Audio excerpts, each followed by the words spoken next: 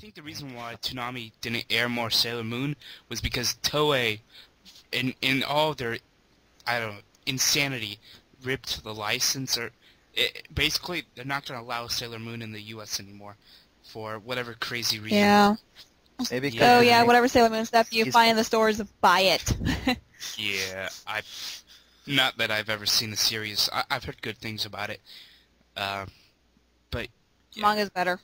I think they actually changed the gender of a character in the editing process. Oh yeah. I know they turned. Didn't they turn two lesbians into quote unquote Cousins? Yeah, they did. Yeah. Sweet. Did Now that's the some love. the voice actresses at least play it ambiguous? A little bit. I think. I mean, it's been years since I've seen it. Yeah, it has been a long time. I will stand to this day that it was bullshit taking Yu Yu Hakusho off. Alright? It was Game 3. Hell I yeah, agree! it was. I totally agree! yes. They replaced Satch Bell, for God's sakes. My God. No!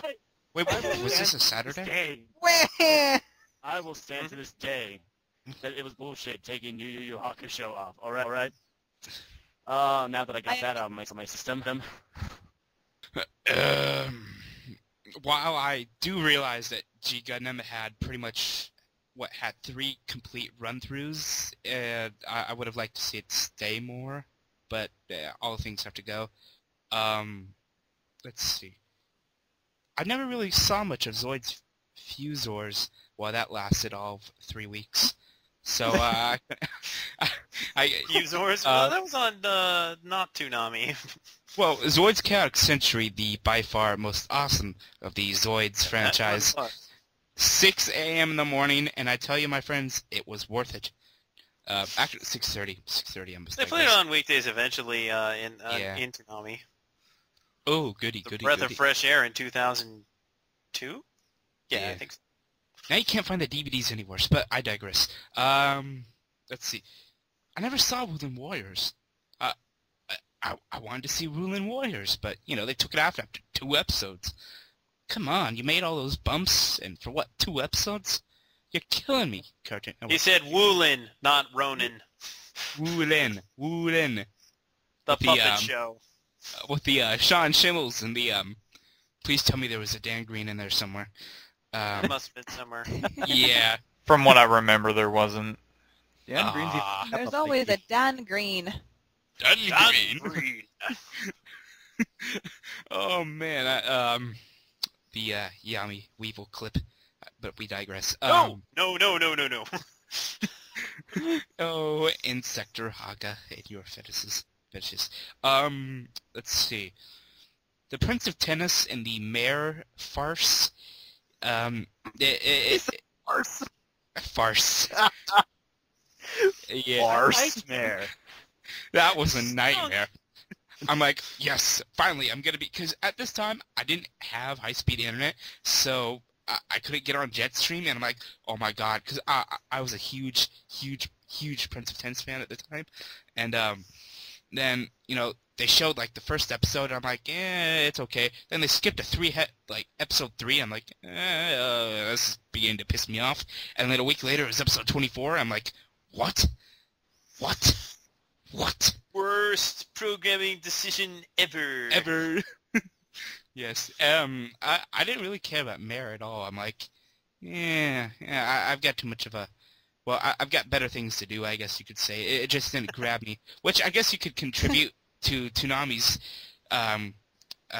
downward spiral in the ability to market, which really went to the crapper after a while. And then, let's see, what else?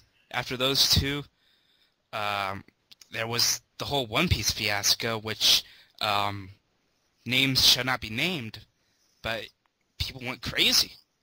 I went crazy. I got over it, I mean, it's just a TV show, and there's DVDs.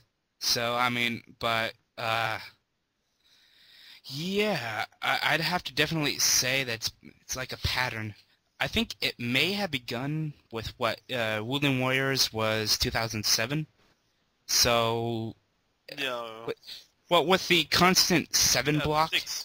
2006. Holy crap, I'm old.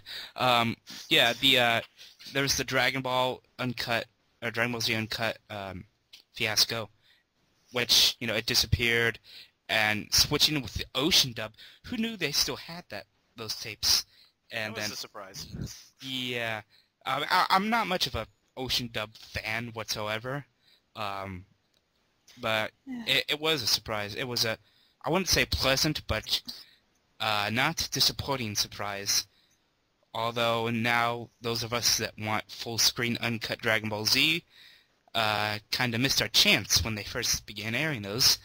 But I digress. So yeah, it was a large quantity of mistakes that built up, and I feel like I'm answering a different question than what was asked. So on to the far older and more.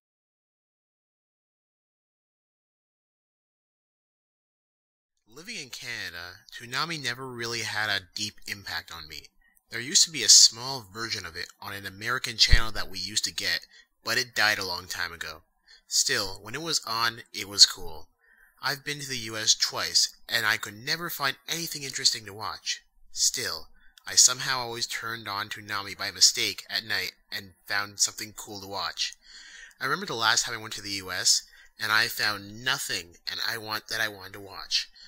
I switched to Cartoon Network, and there's that crap about that boy and his talking monkey.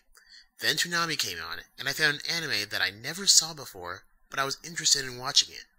I think Toonami has heavily influenced what anime comes into other networks, because many other things that came on Toonami soon came on at networks that come up here in Canada.